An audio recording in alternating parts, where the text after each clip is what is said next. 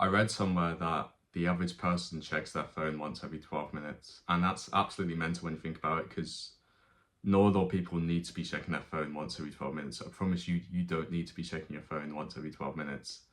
And I won't clickbait you, I'll get straight into this, but the scary thing is some people don't realize this. And for the people who do realize this and do realize they're addicted to their phones, and that they try everything but they can't stop, I'm telling you, the best way to stop is to do something else and replace going on your phone with another habit. And that's where reading comes in. And I think reading just, you'll learn so much more from reading than you ever will from scrolling and being on your phone so much. So today I'll just talk about how you can make the most of the time you save off your phone from reading, and it will benefit you so much. It'll give you so much more knowledge, so much more skills, and will just literally change your life.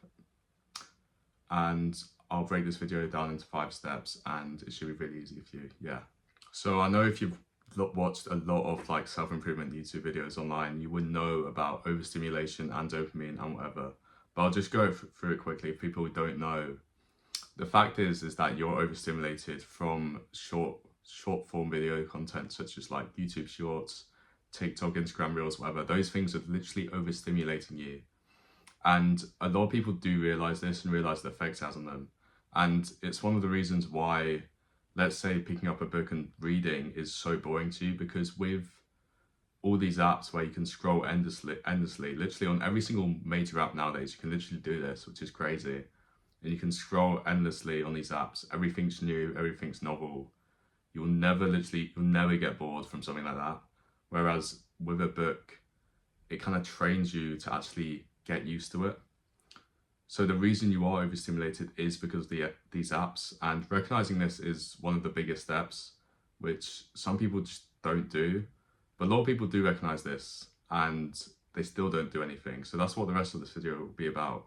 But before I get into it, I just want to say that a lot of people stop here. A lot of people realize that they're addicted and realize that these short form videos are like overstimulating themselves and whatever.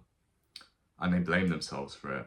And that is the worst possible thing you can do, because that will stop you from actually making any meaningful changes in your life. If you keep blaming yourself and you keep saying, oh yeah, you're already screwed anyway, you're not going to do anything. You can't do anything because you're overstimulated. That is the worst thing you can do, because I know for a fact everyone can change from this, because I've been there and I've done that, and a lot of people have, and they've changed and they've realized this. So first step, recognize you are overstimulated. So the second step is literally rewire your brain. So firstly, you recognize you're overstimulated. That's great. But that doesn't mean anything if you don't do anything on it. So second step is to literally rewire your brain. And in practical terms, that means start small and realize that there's a difference between slow dopamine and fast dopamine or quick dopamine. And the fact is, scrolling is quick dopamine. You get it quickly from looking at your phone, from scrolling, or whatever.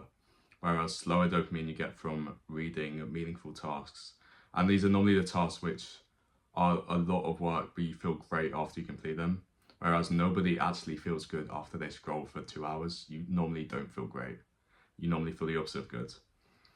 So realize this difference, and then realize you have to start small. You have to start small. I mean, because you can't just jump immediately into reading. You can't just jump immediately into reading for like 5 hours straight without any like preparation. You have to start small from this.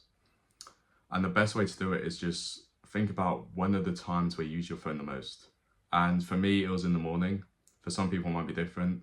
Just recognize these times, write them down, whatever, and then change your environment around it. That's something I got from Atomic Habits, which is a really popular book, which you should read. But one of the main concepts is change your environment around the actual thing you're trying to stop. So for example, the phone, you realize you use it, like in my example, if you use it when you first wake up, just don't put your phone in the same room as when you wake up. It's that simple. It's like, just put your phone outside the room. If you use it when you're working, put your phone outside the same room. Stuff like that. Change your environment. I know it sounds so simple and so obvious, but not a lot of people do it. So Start small, like stop using your phone like before bedtime and after you wake up, stuff like that. It's really small steps that really start it. I know a lot of people want to jump straight to just complete because they're obviously like not happy with the fact that they've wasted so much time. They want to jump straight away to like stopping using their phone overall. But that will just burn you out and make you keep going on your phone anyway. So remember, start small and recognize when you use your phone. And the third step is actually starting this reading habit. And if you've never like enjoyed reading like outside, I know school kind of forces you to read and whatever, but if you never actually enjoyed reading outside of that, you should really just focus on picking something which you are actually interested in. So it doesn't even have to be on self-improvement, but it can literally be on anything that interests you.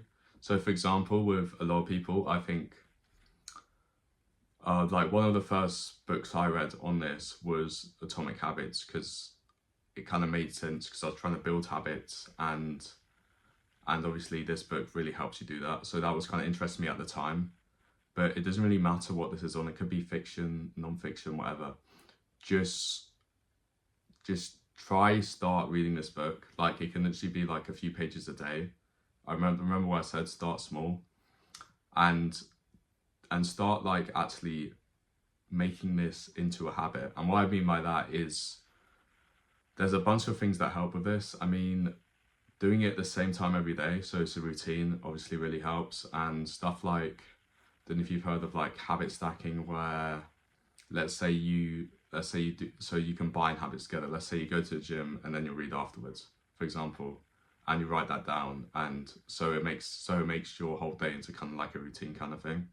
I know it sounds really simple and basic, but it does work at the beginning. So stuff like that, where you set a specific time to read every day, and I would literally only suggest like one book to start off with, just so you get a bit into it. But obviously this is only the start. So just really, like, it goes against a lot of advice on self-improvement from everywhere, but start on a book you actually want to read. Don't get forced into reading like whatever like people tell you to read online. Start on a book, just get used to this reading habit, if you get what I mean. And the fourth step is changing your relationship with your phone. And a lot of people mess this up and kind of think they either go too far and believe like everything on your phone is evil and you shouldn't use your phone at all, when that's not the case. There's a lot of good apps you could download to stop using apps which you spend a lot of time on, like Instagram, TikTok, YouTube, whatever you spend time on. Like there's a really good app called Screen Zen, which literally like blocks the app and then sends you a message and says like for example, if you're trying to combine it with reading, it sends like a pop-up saying, have you read today? And that will remind you to do the habit and actually stop you from going on the app, and it blocks you, and it blocks how much time you can use on the app. So that's a really good one, Screen Zen. There's a lot of apps like that, like Opal. There's a few other ones which basically all do the same thing, and which I recommend if you've never done before, you should try, just to really see if it works for you. It might not work for you, and long term it's not really a solution in my opinion. But just changing your relationship with your phone and realizing that you don't always have to be on it, and doing this reading habit will make it seem like you actually have something to do, because I think that's what a lot of people get wrong when they're trying to stop going on their phone. They think that if they stop going on their phone, it's fine, you don't have to replace the time with anything. But it makes it so much easier if you just replace this time with reading and with building the skill, because you will learn so much more. It'll be so good for your mind because you're overstimulated and all of that. So realizing that your phone isn't necessarily evil, but you can control what you do on your phone through these apps, and just telling yourself and just reading instead and replacing it with another habit. You see what I'm saying? So yeah. And the final long-term step, which is really important in my opinion, long-term, is making reading seem as rewarding as going on your phone. And obviously that's like really long-term. That doesn't happen after like years of actually doing this, because it's obviously not as fun when you first start doing it obviously, because scrolling you'll never get bored with, but reading, obviously, if it's just pages and pages of words, you can see why you'll get bored. And there's obviously certain ways to do this. Obviously, like I said before, reading stuff you're actually interested in, and then moving on to more self-improvement stuff if you want to. If you want to learn stuff, that's obviously up to you. Stuff like a reading log really helps, where you just log in like what you read about, and then you could do like a journal as well, where you write about what you actually learn. And in that sense as well, as it'll make it reading more exciting, and you'll actually like learn more stuff, remember more stuff, which you can use in your everyday life, that kind of thing. So just making it more exciting is the best thing you can do for it. And the bad part is there's no real like easy hack to make this exciting to you, because it's not exciting at the start, obviously, but you can obviously trick your brain and train your brain into making it more exciting for you. So that's what I would say, long term, that is the goal, just to make it more exciting, and then you'll eventually stop using your phone as much and whatever. And I forgot to mention before, but a lot of people like would say like, would ask what's better, physical books or Kindle or anything like that. And honestly, it's up to you, it's up to preference. Obviously with Kindle, not a lot of people talk about this, but it's quite easy to replace it. One of the Kindles is really small, and it's quite easy to replace that with your phone, just in terms of like habit, which is really useful. So I'd say Kindle, a lot of people like to slate on it, because a lot of people like on self-improvement like physical books and whatever.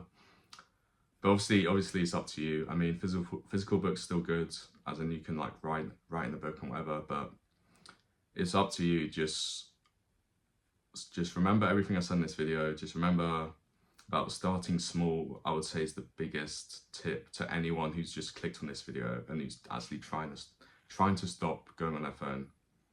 So yeah, thank you so much for watching, and subscribe to more videos like this. And I hope everything goes well for you. Thank you.